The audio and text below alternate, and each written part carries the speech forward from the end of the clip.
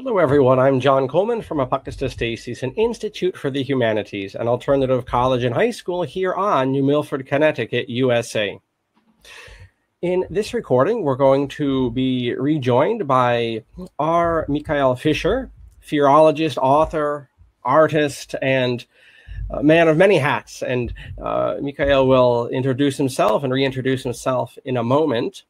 Before we jump too deeply into our talk, and I think appropriate to our focus today, the philosophy of Fearism, which we're going to be talking a lot about, on our website, which you can see shuffling down below on the ticker, I invite you to head over to our Fearology Center. Dr. Fisher here has a great setup. There's many recordings, many links over to his proper blog, which you can see in the stationary bubble. And coming out this month of recording, July 2024, we're going to have our newsletter, our Fearology newsletter, special newsletter that we put out a couple times a year. And you definitely want to get on that, especially, hopefully by the end of our time together, especially since you're all going to be budding Fearologists. So check out the Fearology Center, and we look in the future, if there's interest and so forth, to develop classes and so forth out of this. So your feedback is also very much appreciated in that regard. With that announcement seen to, Dr. Fisher, welcome. Welcome back. Good to see you again. What have you been up to? And for those of us for whom you're new, can you tell us a bit about yourself? Yep, I sure will. Well, I'm up to research, writing, teaching, editing, mentoring, all those kinds of things. I feel very fortunate. The late stage of my life particularly, I'm probably the most actively busy in a good, productive way on the work that I want to do. But that really didn't kick in until really 70 years old. So interestingly enough, it took a long time to kick in, what I like to teach and what people are interested in, what I like to write. So it's a good time. So a little bit about myself. I have many kinds of ways to introduce myself. And I just thought this morning or today, I would just talk a little bit about, being an artist. You did mention, and because we're an Institute of Humanities, arts, humanities, and, philosophy and all those wonderful combinations, a lot of people don't understand that fundamentally I call myself an artist first before everything else, even though I could easily call myself a naturalist. And I know that has an interesting echo with naturist. We may get into that topic later on with the Apocatastasis Institute. So the artist part of me just grew naturally as a young child. I wasn't one of those gifted artist types, but my brother was. He's 4 years older than me, and Gary. And it was interesting for me just to watch him as a young young person in the family. I had a lot of freedom, but I watched him a lot. He influenced me a lot. So he was a very talented artist at a very early young age without lessons, right? Just knew how to draw things, how to represent things. So eventually becoming an artist, what I really want to share is I actually did become a professional artist in my 30s for 10 years and made a living, supported a family, did the whole thing. And I was mostly a realist artist. That was what sold and made money. But the point of why I would bring up being an artist connected to my being a fearologist is that one of the things that artists do is they like to disturb categories. If you're really an artist, not just an artist performing for the commercial market. And so the more you can become, independent from that market, which I eventually did, I dropped all commercial art. And so for the last, probably 30 plus years, I've been just my own independent type artist. But it's about thinking. It's about creating problems and then solving them. So I do art every day as a practice. Some people meditate, they do other things. I do some of those contemplative practices, but I actually do a piece of spontaneous art virtually almost every day. And those are, again, not necessarily commercial, but what they do is they keep my brain flexible. They keep my two sides of my right logical, rational, intellectual side that loves that kind of detailed technical work It keeps it really in balance. So again, some people might play the piano, right, or do music along with their scholarship. And it's that combination. I just want to share that when I came to fear, so when I came to fear in 1989 as a topic that I wanted to study, and there's lots of different reasons about why I would do that. But I was looking for understanding, the nature of what I thought was a powerful force affecting all humanity, especially motivations, deep motivations. So as an educator, but I'd studied a lot of psychology, philosophy, and other things. But the artist in me is always immediately taking something that we see as normal or we can understand. The artist might take an apple, put it in a different context, put it in a different color, and all of a sudden, is it an apple? Well, what is it? So all of a sudden, we're sort of deconstructing the common constructs, right? The habitual ways of understanding things in reality. And that's what artists, the best artists, do. And that's what I did with fear. So when I took on fear as a topic, my artist was immediately in there. I'm going to deconstruct what we think is normal when we talk about fear. And that, therefore, begins a huge methodological shift for me. And John, that's really what I attempt to tell people, because people might go, well, is this going to be all about, how to handle and conquer and manage fear and cope with fear and all those kinds of things that a psychologist or a therapist would come in, or a motivational speaker, and that's what they would talk about. But when you talk with me or you connect with the Fearology Center, what you're actually going to be interested in is not just all of those management techniques, right? But actually challenging the very way we understand fear. Just like a good artist would, the very way we understand what is real and reality. Whether you're a writer, right, or a fiction writer, et cetera, philosopher would do the same. They take a concept and you turn it inside out and backwards. A historian goes back and looks at the idea of a concept and says, well, that didn't actually mean the same in the 19th century as it does now. There's an interrelationship. So again, my interest is methodological toward fear. And I think that's actually an empowering process for all people, is just to learn how to be critical thinkers. So that's the real simple idea behind a fearology that's based on this critical thinking that disrupts the normal ideas of how we think about fear.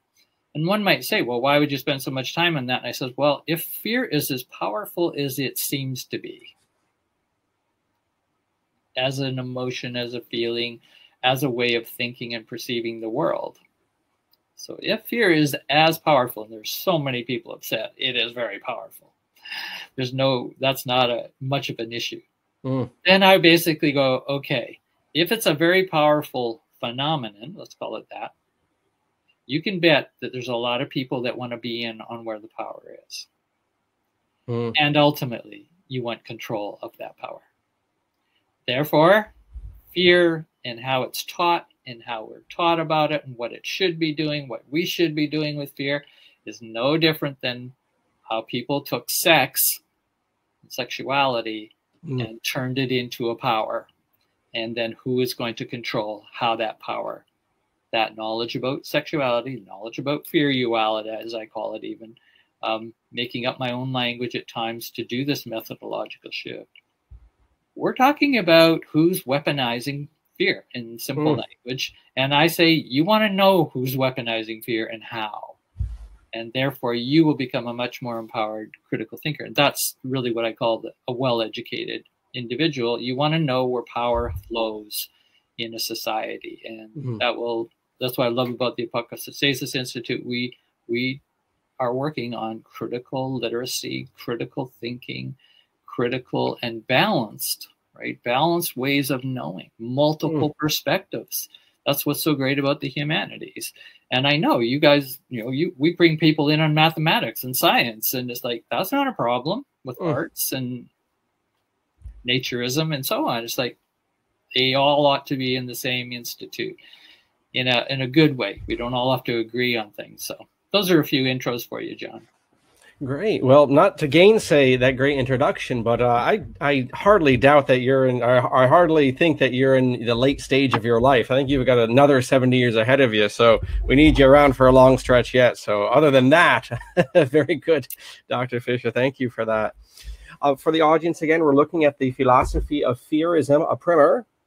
And the way to access this text will be down below in the description. And you'll find out all about that when we're through with this brief introduction here. Yeah. But Dr. Fisher, one of the things that struck me as I was reading through this, and even though you and I have worked together for a couple of years now, and I've, by way of speaking to you and reading your blog and watching your interviews, I've gotten a deeper grasp of where you're coming from academically with fearology and fearism.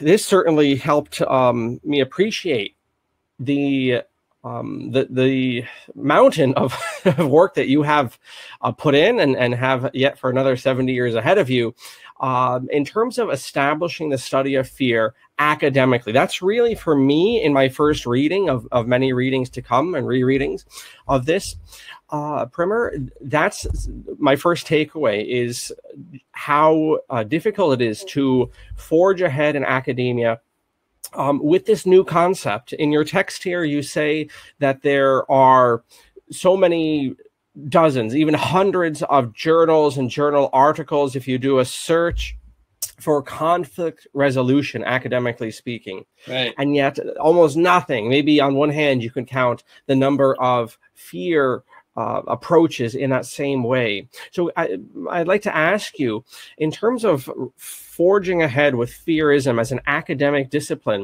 okay, how have you gone about that, and how does the primer lay that struggle out? Yeah, so fearism has fear with the ISM on the end, and that's just like we put fear and ology on the end. This is a concept I call plussing, and it's talked about in the book as a strategy, a methodological strategy of disrupting, again, the normal look of fear. So it just doesn't have that. It's like, oh, why are they adding that, right? I want that little bit of a zinger that awakens people to, oh, you're not necessarily looking at what you thought you're looking at. See, again, you can hear the artist, the illusionist, always trying to wake people up from the common habits and the dullness we can get into with repetition, and we don't think critically. But fearism, when it first came, the importance of it was that really it would be similar if we were talking about race, for example, or sex, and we didn't have a concept of racism, and we didn't have a concept of sexism. Or we wanted to talk about class, but we weren't going to talk about classism. And you can see I'm already into the oppression literatures and the liberation literatures. There's a reason you put ISM on the end of something. Just like existential is an idea, but when you put an ism on, it now becomes a body, right? It becomes a huger imaginative concept or phenomenon. And then it has certain, built in, and it's going to build its own ideologies, good and bad, just like Marxism and so on. So ism is very potent, and all I did is say, well, let's put it on the end of fear. And there was a very rare few people when I searched it in 1990 when I first wrote it down. There was a few people, who had used it, but nothing that got anywhere, right? It was just in a little magazine article or something hidden. But they had a similar concept to me. So really, I basically identified it as fearism is the underbelly, often the hidden underbelly of terrorism. And I'm basically asked the same question. Why are there, you can get a degree in terrorism studies. You can actually get a PhD in terrorism studies. And there is no close degree of thought about a degree in fearism. And if fearism is the sourcing, terrorism is basically the exaggerative political act that gets all the press. It's like the pimple that bursts. But what was going on inside the pimple? Where did the pimple come from in the system? That's fearism. Fearism study is a way to go underneath. So fearology and fearism you can use pretty loosely together. I make little technical decisions about how they're different, but that's fine. So let's just say, the study of fearism. So I define fearism also in a complicated way, and I did publish in academia because I wanted to see, is this going to fly with educators? So in a journal of curriculum theorizing, a very reputable journal in curriculum theorizing, and I have a degree in education curriculum, PhD. But when I put it in there, of course, nobody responded to that article in 2006. Not one person in education has ever asked me, that's an interesting concept in Fearism. I say with exception, only last year someone actually used Fearism in an educational article. Wow. And so it took, you're talking near 20 years. But they might interact with some of my work. But so Fearism, I put in that definition in that journal. I'll just give you the bottom part of it. Please. So it's basically the weaponizing of fear. So that's fairly a good way to understand it at simple language. But then I said in the bottom of the definition is, when you're dealing with Fearism as a construct, this sort of toxic Fearism. So we'll have to distinguish that. So when I get to Desh Suba and his philosophy of Fearism, title of my book that you have, that's a slightly different shift. Philosophy of Fearism, and my original 1990 concept was just Fearism. And I had to eventually call it's a toxic form of Fearism. Desh Suba and that book are not all about the toxic side of Fearism. So in other words, he wanted a positive side to Fearism. We'll get into the details later. So the definition that's really important when I first articulated it, like racism, again, like classism, like these big oppressive systems, right? Phenomenon, interlinked, intersectional concepts of huge power that flows through these particular ideological, political, historical discourses or ideas. I said that Fearism, when I defined the definition of Fearism, I was exposing it. You see what I'm saying? You're sitting there, you're arcing out a definition of that which does not want to be exposed. Just like, can imagine the first time somebody wrote the definition of racism. The whole body of knowledge in the norm does not want to see that definition because you're exposing an oppressive force that wants to hide.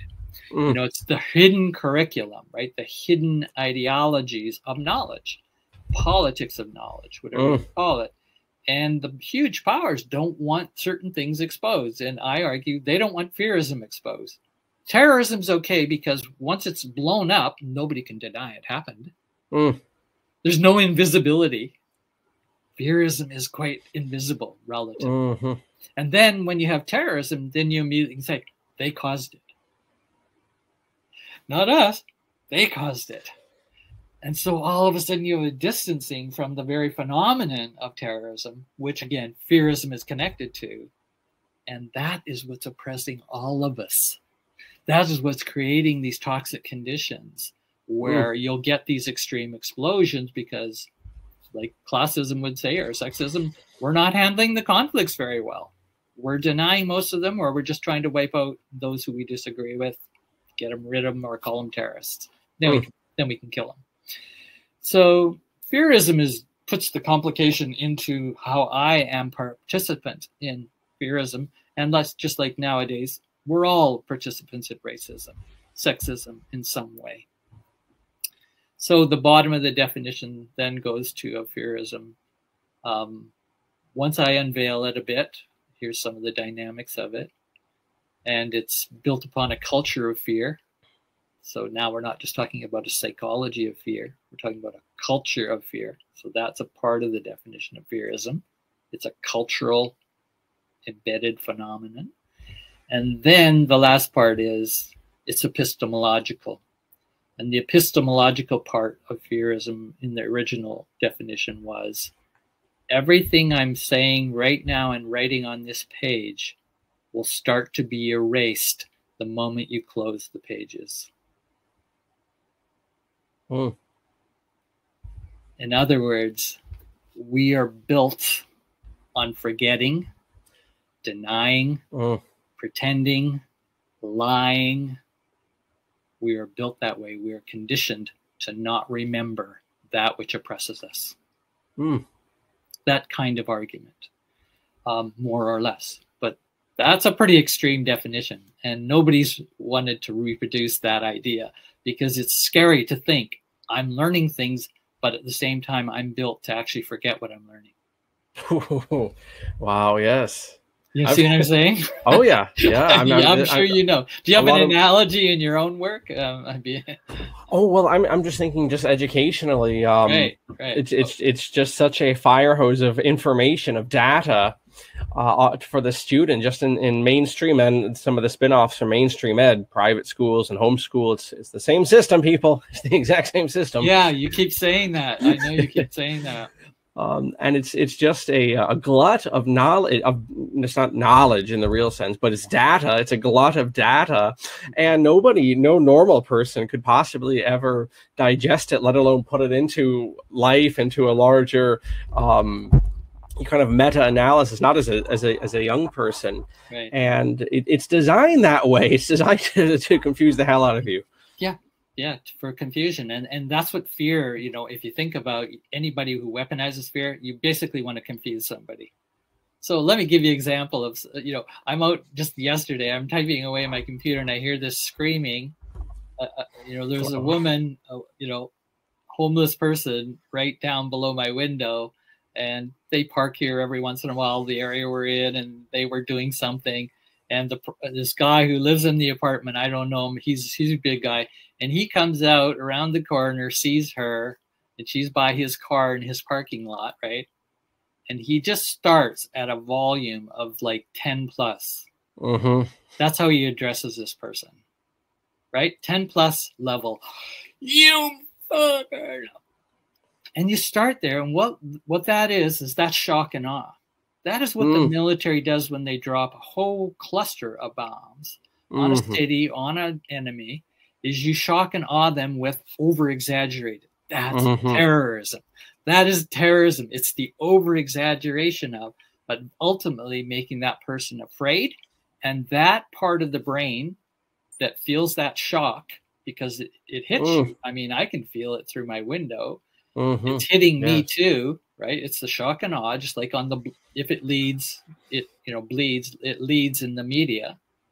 You're actually putting people into a trance state. So the hypnotherapists have well worked this out, and I've talked to some of them, particularly for Arrows, and he says that's one way to put people in hypnosis. And he was an ex-Marine, and he says you come on with heavy exaggeration at the front end. And with the heavy and then you send in the truth, because the people are now numb, and they're not thinking well. Their whole system has gone into early primary processing in the lower part of the brain stem, and that's a lot of the fear and survival complex. It can respond instinctively, and some of that instinctively could be very wise, but generally you're not going to be doing good strategic thinking, because you're in shock mode, and therefore you're reactive. And that's how you get control. Police use this tactic all the time. You put the siren on when they're coming up to evict somebody they want to inspect, and then they'll blast the siren from behind all of a sudden when the person doesn't know. And that immediately puts them up. Because all they have to do is just stop the car up beside and say, hey, how you doing? I want to talk to you. No, you don't do that. You put your siren, beep, beep, beep, beep, beep. Yes. So this whole is part of fearism. All right. So that's a practical example of fearism. Yeah, I can think of a number of examples from wars of the past 20 years where it's this overwhelming shock and awe, as you say, whether that's with munitions, whether that's with sound and blasting music. Totally. One area that's very much in the press these days under conflict, but I'm thinking of an event probably 10 years ago, was the invading army captured the television studio and was bombarding the people with pornography and disorienting that way. So all the television stations were this material as the tanks were rolling in. And I think even, speaking of who's controlling fearism and so forth, even on the news here in America, every morning there's someone in this house who turns on the TV at 6 o'clock. Every morning for years now, they always lead in Connecticut with what house burned down, who got stabbed, who got run over, and it disorients you. And I can't imagine that it is an accident that this stuff is led this way. Yeah, and then we could look at what happens in parenting and in school classrooms. You can use shock and awe techniques very well that way. You start with the overdrive reaction, hyper, stimulated, and the student is already now in backup mode on defense. They're not going to think with you. So you're going to get cooperation only out of fear. You're not going to get cooperation because they have respect for you. They're getting cooperation because they're scared of the shit. You know how to scare the shit out of them, and you have the power to do so. And so power, fear, knowledge, those three are what I eventually put together. If you don't want to talk about fearism, and because it's a hard word for a lot of people and they think, oh, it's too weird, I say, well, just talk about, I don't want to talk about fear without talking about knowledge and power at the same time. So talk about that triad. That's another way. The other way, if you don't want to use that kind of critical analysis, use the idea of culture of fear. So these are just three I've given you of sort of substitutes for, you could use them for fearism or not. And culture of fear has it has the most legitimate scholarly writing. So I have particularly focused on that for the last 40 years, looking at anybody who uses the term culture of fear in the research literature. And it goes across disciplines quite nicely. And a lot of people are writing about it. So I've done annotated bibliographies on that, and especially on education and culture of fear and its impacts, right? And that would get down to use of standardized testings to scare people, extra accountability regimes and budget, money, no child left behind kind of contracting. If you don't get this mark, you don't get this money. And schools are under that threat. So a couple of ways to talk about fearism. Now, the good part was, the really exciting news was when Desh Subha came along from Nepal, writer and a literary and kind of an organic philosopher, definitely. And him and I are very similar because he comes out of sort of the working poor class. He was in a rural community in Nepal, and then he got educated. He moved to Hong Kong, and that's where he does all his writing and thinking now. We met in 2014, and his book was called Philosophy of Fearism. So you see, I'm actually reproducing in this primer. It's actually originally his concept, philosophy of fearism. Okay, and that's where it's not all about this toxic, similar to terrorism talk. He came in and he immediately blew my mind the first few pages, and he came up with this all independently. That's what I like.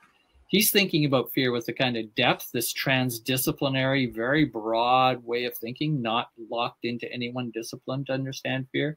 And I said, well, he's doing the same thing methodologically as I am in some ways. And he basically came up with 21 definitions of fear in the first 3 pages that filled about 10 pages, 21 definitions of fear. And they were the weirdest things. Fear is beautiful. And that was his. And then he went into another one. Fear is the universe. That was another one he had. I just remember a few of them now. And I'm going, this guy is like, he's thinking so outside of the box. And then I realized he's an artist. He writes poetry. That's what he was famous for, poetry and fiction in Nepal. He was in the literary community. But he brought fearism in as a construct he thought would be important in literary criticism, or in just if you were to do art, right, and make art, whether it's a play or whatever, you could use the lens. He called it the lens of fearism, which means could you analyze literature through the lens of fearism? And that's what he started independently of me. So much more positive. You can hear he is much more positive. And he's not kind of a scholar like me. He's not trying to be a scholar. He loves philosophy and he loves to read and think. So I appreciate our meeting, and then we wrote a book together called The Philosophy of Fearism, an East-West Dialogue. And we just had a huge conversation. He doesn't speak English and write English well. It's not his first language. So I did a lot of the translation, but I figured out what he was trying to say in English, and he agreed with it. In the end, he said, yep, you got it. So that was the beginning of this East-West. And I thought that would really help us take off. So we're talking 2014 now. I thought, okay, this philosophy of fearism now, we can have both the negative side. I call it toxic fearism. And he's okay with that. And he says, but we also have this philosophy of fearism, which is just basically how to study fear in these dynamic, transdisciplinary ways, how to study fear. And that's very different than if you go in and study fear in psychology. Mm. That's a very narrow, definition of fear. That's something that struck me here too, as I mentioned before. This this really forging a new path with this study, and so we have yourself here, Dr. Fisher. We have this gentleman. His name is spelled, by the way, Deshubba. For the audience, if you want to look into his work. And then there's a third gentleman you might tell us about, Samuel Gillian. Yeah. And besides the three of you, in terms of your approaches, I mean, are there many other people looking into this? I know we mentioned in the literature going back a few decades, there was next to nothing. But I mean, are you the three musketeers at this hour? I know Mr. Gillian's passed on, but yeah, we are.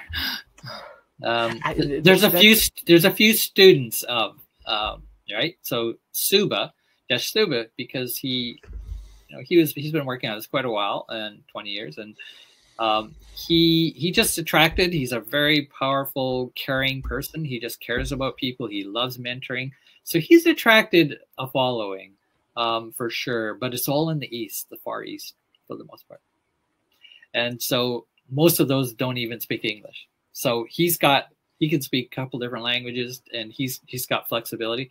So I don't really know those people. I can't talk the language of them. I'm kind of outside as a Westerner, and that's interesting, but it's just like I just don't have access in a way to a lot of that.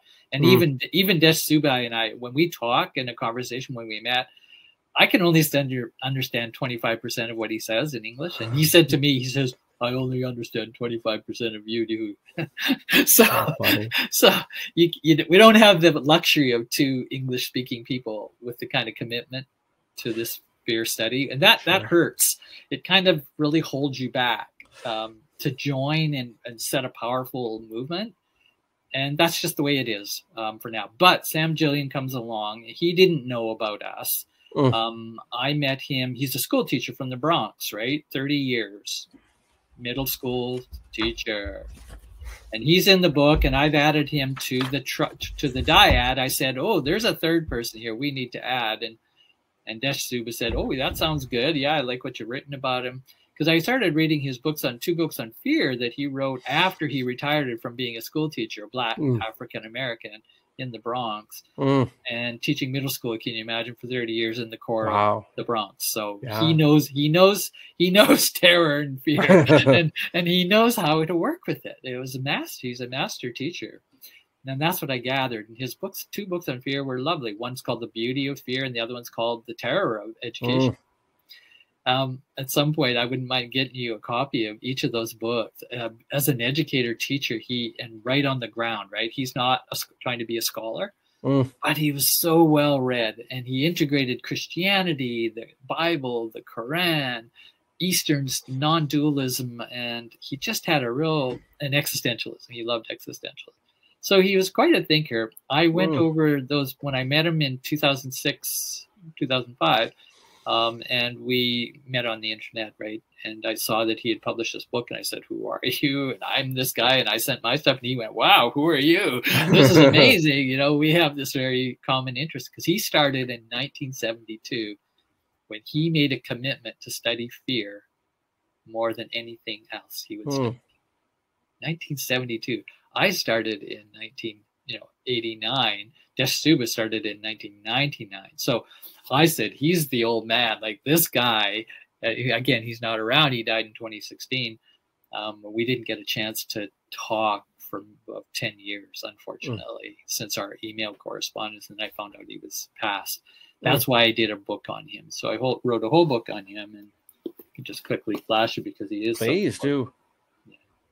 And could you hold up the title there above the bubble there? So we have Igniting a Fear Praxis for Teaching, Samuel N. Gillian's Jr.'s Life and Courage. So that will be in the description as well for the audience, as well as the way to purchase this book that we're focusing on today, The Philosophy of Fearism. Those will both, the access to those purchases will be in the description. Yeah. And just to say one word about Gillian, his philosophy is complicated. I need to write actually a whole other book on analyzing his deeper philosophy. But this book is a little bit more personal, easier to read. I wanted to kind of make it a biographical. But what is fundamentally different? What he changed my thinking quite a bit around fear, in that he basically said, we're not terrified enough. Okay. In a good way. And then he adds, in a good way. Mm-hmm. And that was his experience of, again, probably being a male, African-American male in America, growing up, again, poor working class. So all three of us in the Fearism study area all come from the lower class.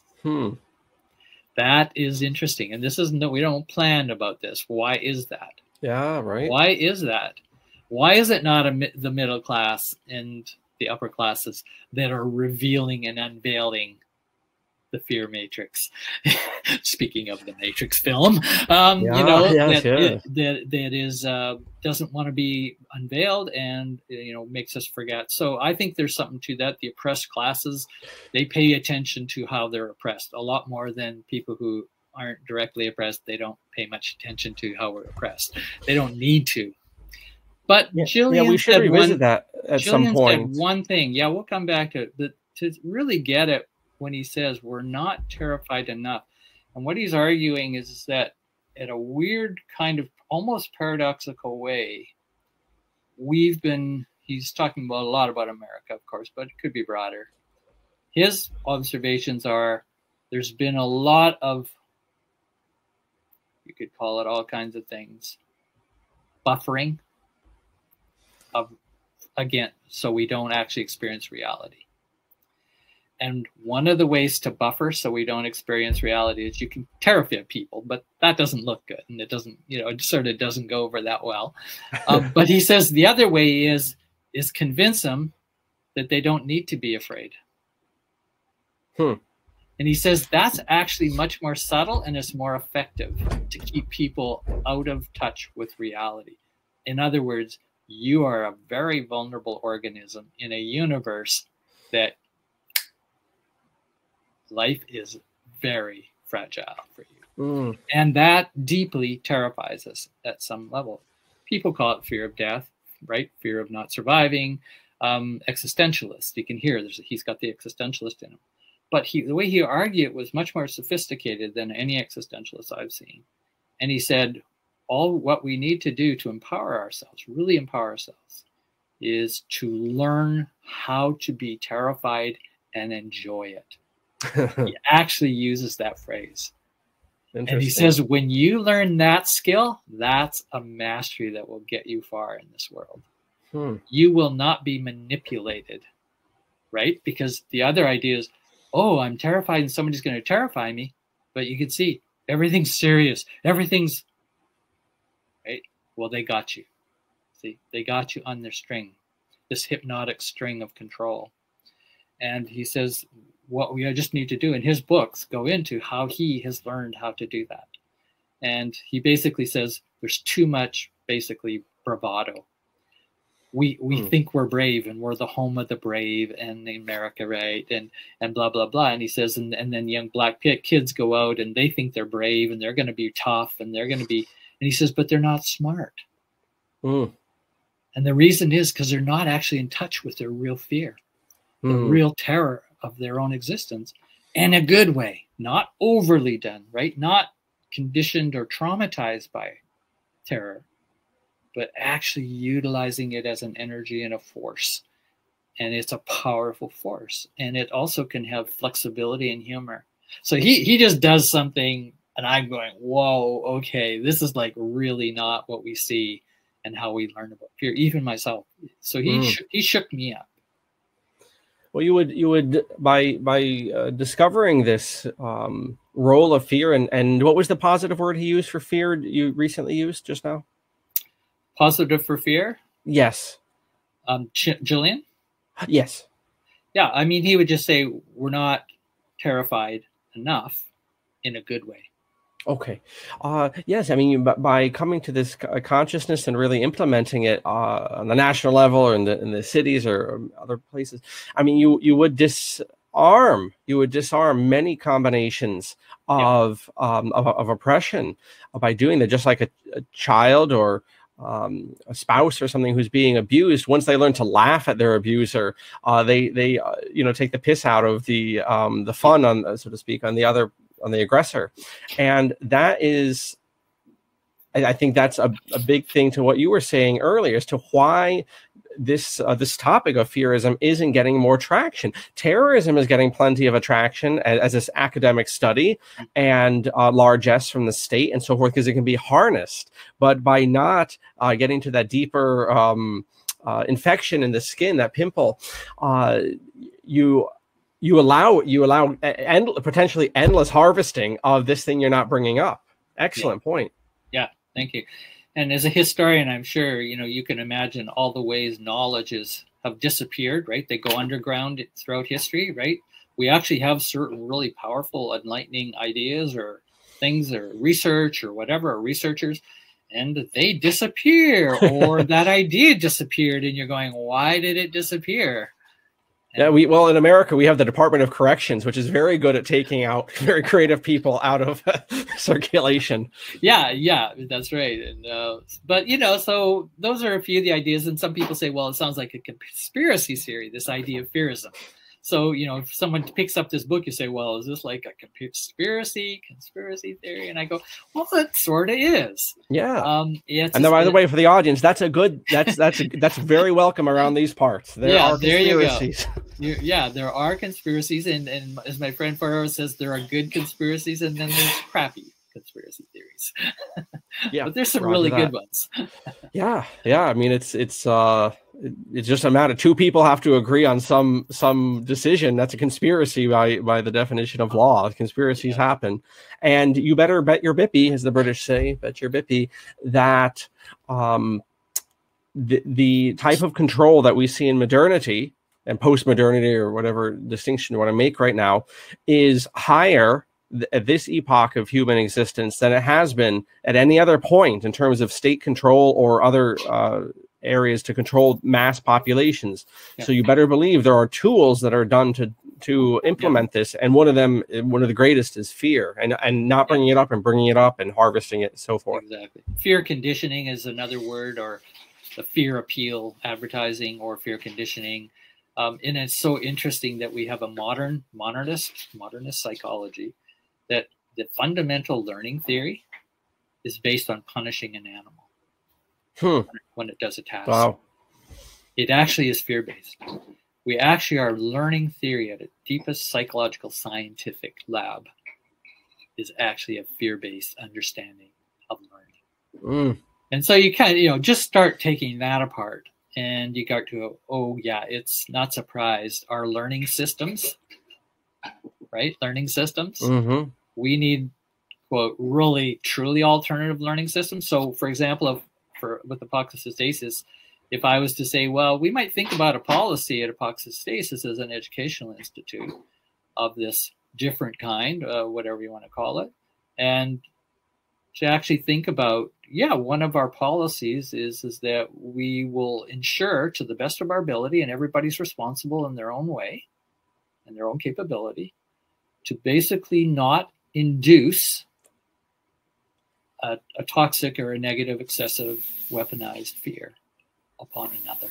You have something in your newest video on your philosophy of education, and I think I could immediately heard, and I said, oh, he's trying to get at that.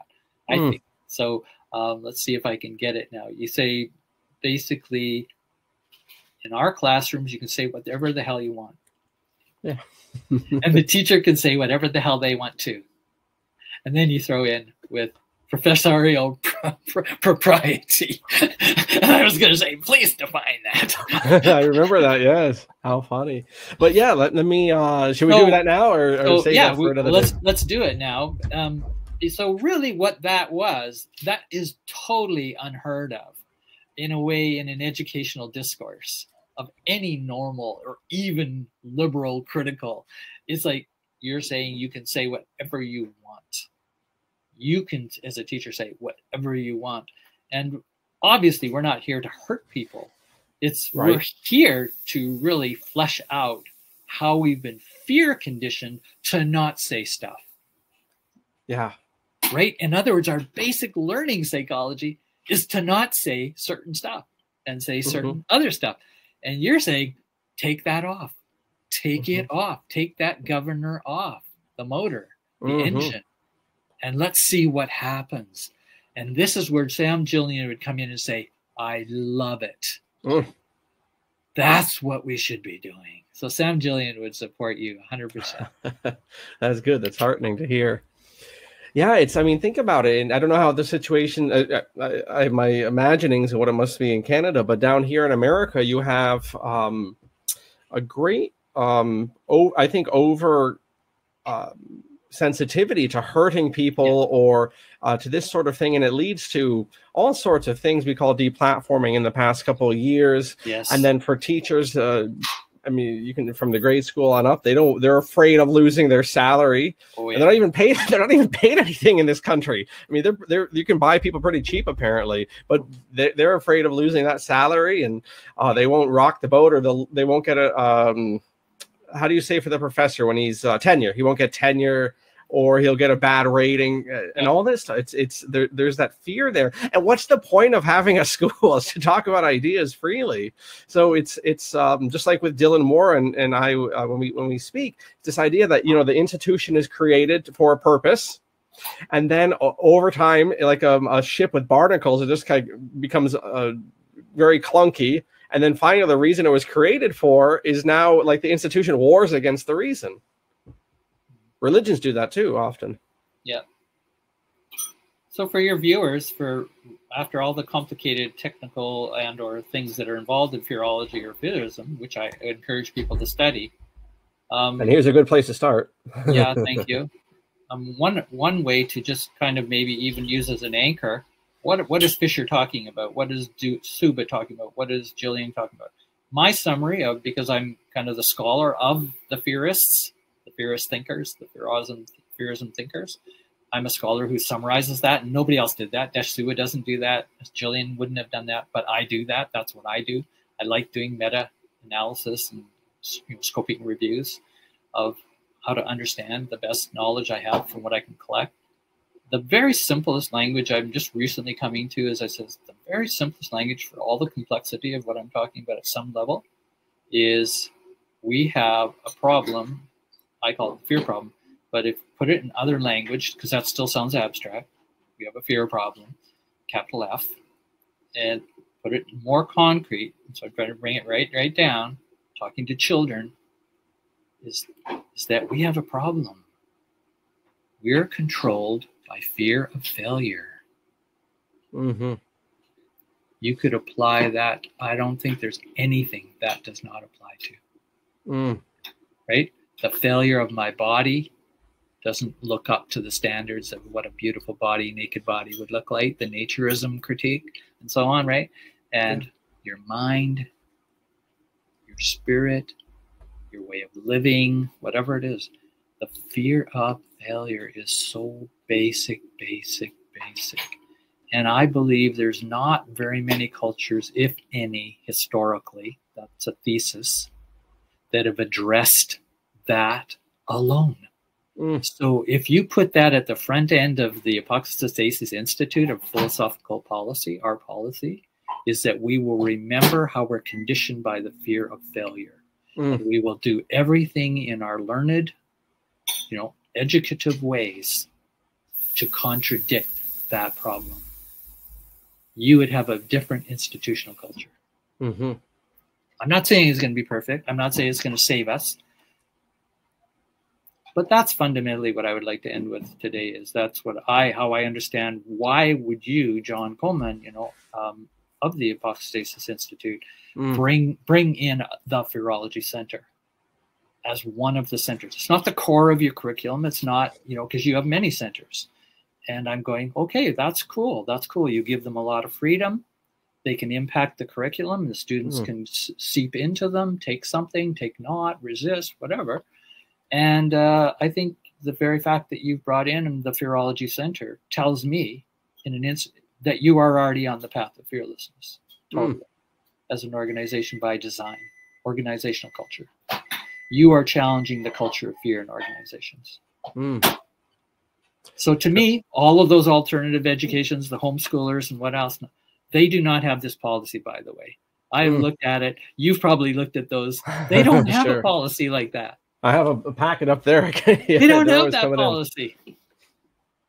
So yeah, I mean, part of it too, just sticking with the education here, just to on the practical, is that with education, I see it too with the students that we have this year and the past couple of years. That it is a double-edged sword of once they find themselves in an environment that there isn't that threat of failure, right?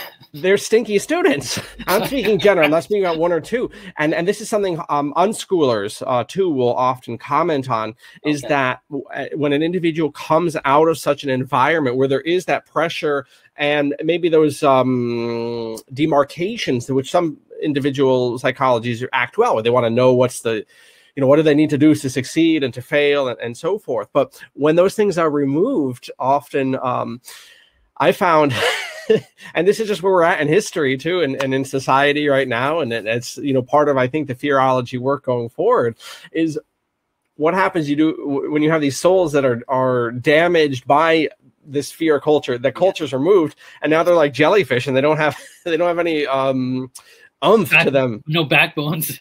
No backbones. No how do you say? Not intuition. No self-starting, I suppose. It's such a perfect example of where Jillian comes in, because he says it's not about giving your students complete fearless environments.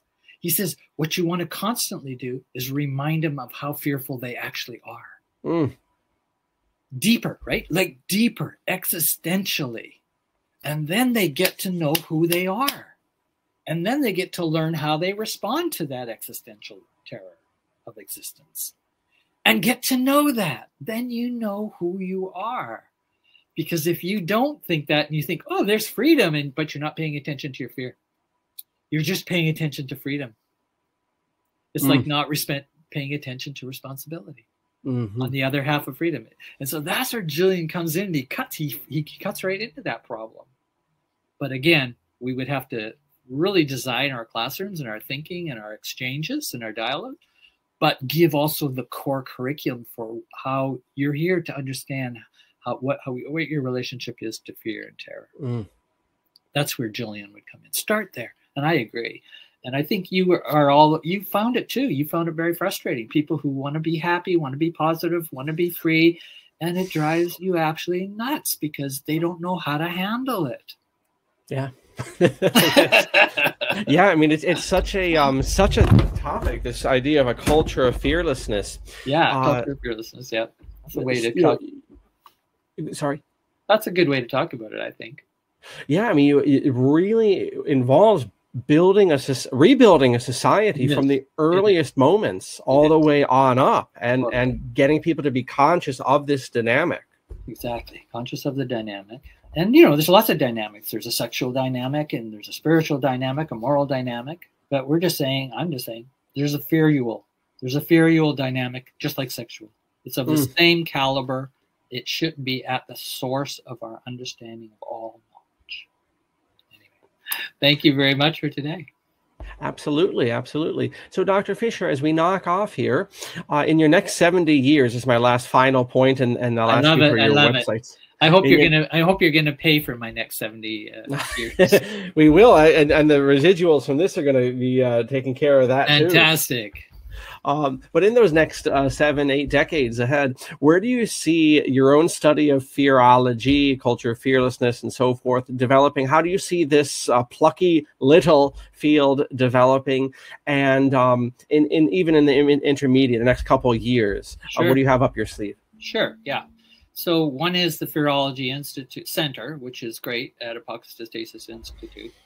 And I have the vision of I could manage another Fearology Center in another institute of the same kind of idea, right? Digital, mostly on base, very inexpensive, why not have the more than one center in other institutes? And then even those institutes could then have a relationship, and why are they attracted to a Fearology Institute? So that's one. There's a possibility for a stellar network of these kinds of institutes, these centers. So that's one. The other one is I am having some input into courses in academia. For example, a philosopher from India that I recently talked to, she asked me the question in an interview recently. This was on the Fearlessness Thing, by the way, the interview with this Dr. Samala from India. And they asked me, said, it's a woman, and she says, how would I approach the authority, she says, of our, uppers in the philosophy department to bring in a course on fear studies or fearism, the philosophy of fearism even, right? Because it's got the term philosophy of fearism, and she could say, here's the title of the book. But she said, how would I approach that? Yes. And I said, good question. Yeah, a lot of those practical bridges. Because it's the practical bridge. So you can see one of my strategies is to continue to try and bring it into the academy. I will say the most successful concept I have ever brought since I began fear studies in 1989, the most successful concept that I've produced, it's not all the ones, a lot of that we mentioned today, but it is fearism. The first kind. I talked from 1990 when I named that and defined it in that oppressive framework, right? As an oppressive form of oppression. At the core of all oppressions is fearism, toxic version. That is catching on. It's catching on in migration studies. And there's a lot of diversity of migration studies, but you can just imagine, right? We're entering a world where where's people's home? So much of the population of the earth is traveling, and then we've got confrontation of differences. We don't want you in our country. Well, why not? And so on and so on. What does it mean to be human? Those people, those scholars, there's at least 30 publications from migration studies in various journals using my definition of fearism from that educational journal. There's a reason behind that, and it's complicated. And I'm going, wow, it's taking up. They don't use all of the definition, which is interesting. They only take the small part of it, the first part. Hey, take what you can get. But they're picking up, and so they're calling it, migrants are facing fearism in the culture they're trying to get into. Wow. Okay. Off the boat, right? And they feel like they're facing fearism, which is all the construction of how they're the other, they're the enemy, they're going to undermine their purity of their nation, and they're going to blah, blah, blah. So it's getting some good academic press. So just to let you know, if you stick with concepts, folks, even though they're weird, you get some success. So I will continue that. And then just at the grassroots level, I'm waiting for the graduate student or even just somebody from the Apocatastasis Institute that comes along and says, well, I'm working on my high school, and I want to work on a couple of years through Apocatastasis courses. And they say to me, but I also want to study with you, Dr. Fisher. I want to learn everything I can about fear. Okay, let's do it. Excellent. So those would be a few ways. Well, thank you for that. And to the audience, again, Philosophy of Fearism, a primer, is our text here. The ways to purchase that, as well as the book on Sam Gillian, that will be down in the description below. Again, please do check out our Fearology Center and the different recordings with Dr. Fisher, and our newsletter, which is coming out this hot and humid summer. And who knows, in time to come, we may host courses on Fearology, et cetera, et cetera. So keep an eye on the website, and we hope to see you in class, and especially Dr. Fisher. Thank you so much for your expertise, your insights, and your explanation of fearism. You're welcome. Thanks, John.